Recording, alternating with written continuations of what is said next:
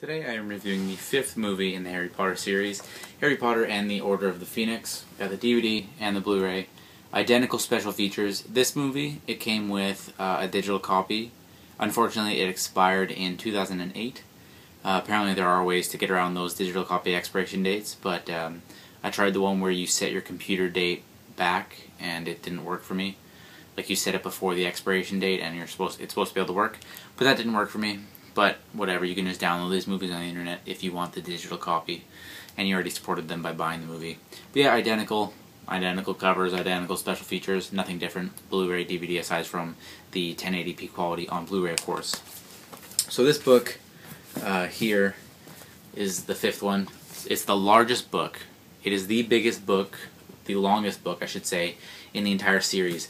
Now this is the first Canadian edition because, little fun story, no one ever believes me. This is when I was kind of still a Harry Potter nerd. This came out in, I think when I was in the 7th grade, so I was 12 years old. Check the year here, so yeah, it came out in 2003, so 9 years ago, so I was actually 11 or 12. But anyways, no one ever believes me. I was the very first person in my city to buy this book. I was at home randomly, and my mom asked me if I wanted to go to the midnight release of this book at the Chapters bookstore, Indigo. And so we went, and it was like 11:30, and there was nobody in line. There was like two people ahead of us. So we went in, they were having these activities and stuff, and my mom waited in line, and then I went and did the activities, whatever, and then we were like third people in line, but the other people were like paying by gift card or debit. My mom paid by cash real quick, and then I was interviewed by a local news group, team, whatever, but I totally bombed the interview, so it didn't actually end up going on TV, but whatever. I was 11 or 12, I didn't know what the fuck I was doing, I was nervous, I was scared. But yeah, I was the first person in the city to buy this, no one ever believes that, but whatever, that's my little fun story. So this is the longest book, and I've read it about 3 or 4 times. Like I said, that was when, like I was about 11 or 12, I was a really big Harry Potter fan, big nerd. I wasn't a nerd, I don't like to think that I was a nerd, but I was a big reader. I was huge into reading. This is probably when I did the most amount of reading, so that's why I read this book so many times. Probably within the first couple years. And it was the newest one at the time. The first 4 ones had been out for a few years, and I already read those a decent amount of times. So this one, I read it a lot. It's like 730 some pages, I think. I don't know, 766. For some reason I always remember that. But anyways, now that I've blabbed for 3 minutes about that, I'll get into the movie review. So being that's the longest book, you think that this would be a very long movie, but it's really not. It's they all average at about 2 hours, 20 minutes. This one's no different. It's 139 minutes, so 2 hours, 19 minutes. All these movies are really long. That's the only complaint I really have about them, especially the last two, because they're divided up into 2, but I'll talk about that later. But with these, being that's the longest book, they did have to cut a lot. Specifically, they cut a lot of Quidditch, I believe. I think there was a lot of Quidditch in this book, from what I remember, I think.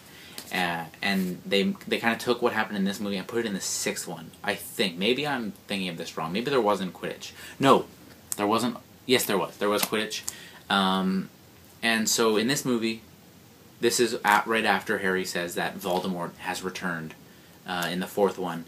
And so now that he is back, people actually, they don't believe him. They think that Harry is crazy.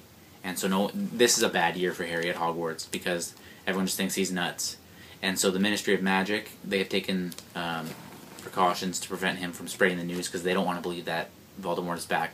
So they have a person from the Ministry teach at Hogwarts, and she is the most annoying character in the book or movie ever. She's so goddamn annoying. If you read the book, you'll know what I'm talking about. And if you watch the movie, you'll know what I'm talking about. The most annoying character J.K. Rowling has ever come up with, and the most annoying character they've ever had in a movie. And I absolutely can't stand her. She makes me insane. But, like I was saying, this movie, or the book, just that it's so long, they did cut a lot from for the movie. However, they did do a really good job. I noticed that when watching this movie just a couple of weeks ago, I noticed that they didn't cut a lot of details. They just changed very minor things. I think that in the movies they try and introduce way less characters than they do in the books. The books have an insane amount of characters that you're introduced to that you lose track of who's who sometimes if they aren't in it for a long period of time. And so what they did was instead of introducing these new characters in the movies, they just gave these lines or these actions or whatever the scene pertains to, they give it to a different character, one character they've already been introduced to, or a main character. So I think that David Yates did actually a really good job on that. He's the director. This is his first movie that he directed for Harry Potter, but he also directs the 6th movie and the 7th and the 8th, the part 7 divided into 2. So he's the director of the last 4 movies here, and he does a really good job because he is the only one to do more than one movie, or I guess he does more than 2 movies because he got Christopher Columbus in the first 2. He does do a really good job though. He kind of brings it more to life, I guess. They kind of continue with the 4th one a little bit, where they do add humor in, not quite as much as the 4th one, but they do still do a pretty good job in this one because it's not quite getting super serious in the story yet. But this is where we see the main story happen with Voldemort and stuff, and so he does a really good job. And of course, the budget has increased even more, so they have an insane amount of money to do crazy stuff with. Got really good animation and stuff. I'm trying to think of what else happens because I was trying to watch these as I reviewed, but I started kind of getting ahead of myself, and this past weekend I watched both number 7, part 1 and part 2, so I'm trying to forget about that movie and think more about this one here. It is a pretty good movie. You're introduced to a few characters that just, you got like Luna Lovegood and Neville Longbottom and Ginny Weasley, a lot of people who you see a lot more of in this movie, so it really isn't just about these 3. You do see a lot more of other characters. The next one, the 6th one, you see even more of that, but again, I'll talk about that next week. This review is getting quite long, so I'll just kind of say, I've already kind of said what I liked and didn't like, but I do really like this book. I did always find this one to be one of the more entertaining ones. But the movie for this one, I wasn't really 100% sold on. I think they could have done a better job. They did leave a lot of, not really important things out, but they did leave a lot of stuff out, and you don't see a whole load of stuff happening in the first, 3/4 of the book. At the end is when it really picks up. You got a huge climax, and that really leads you into these last 3 movies. But like I said, the one teacher that's from the Ministry of Magic, she just really kills the movie for me. She's really, really annoying. I mean, it's from the book, and you don't see as much of her in the book, but it's just, I know it's a character, and she was meant to be like that, but it almost kills the movie because she's so fucking annoying. Just watch the movie and you know what I'm talking about. She actually, just thinking about it, kind of annoys me.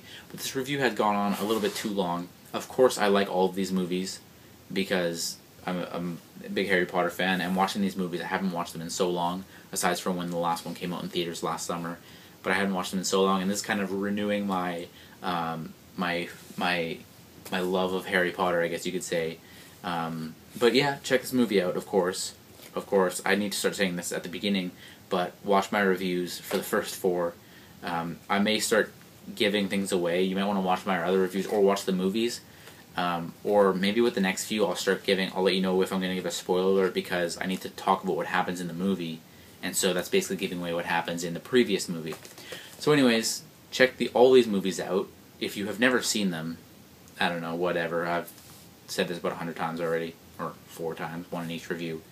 But yeah, if you are a reader and you've never read Harry Potter, I don't know what's stopping you. Good book, huge book, 766 pages, pretty huge. As you can see, I've got some wear on this one, but check them all out. I don't know how many times I'm going to say this. I'll give it a 7 out of 10 for total rating, and 7 out of 10. No, I'll just give it a 9 out of 10 rewatchability rating, because it's fucking Harry Potter. Just that annoying bitch is the one reason that I wouldn't give it a 10 out of 10 for rewatchability. I will be back with part 6 next week, Harry Potter and the Half-Blood Prince. See you then.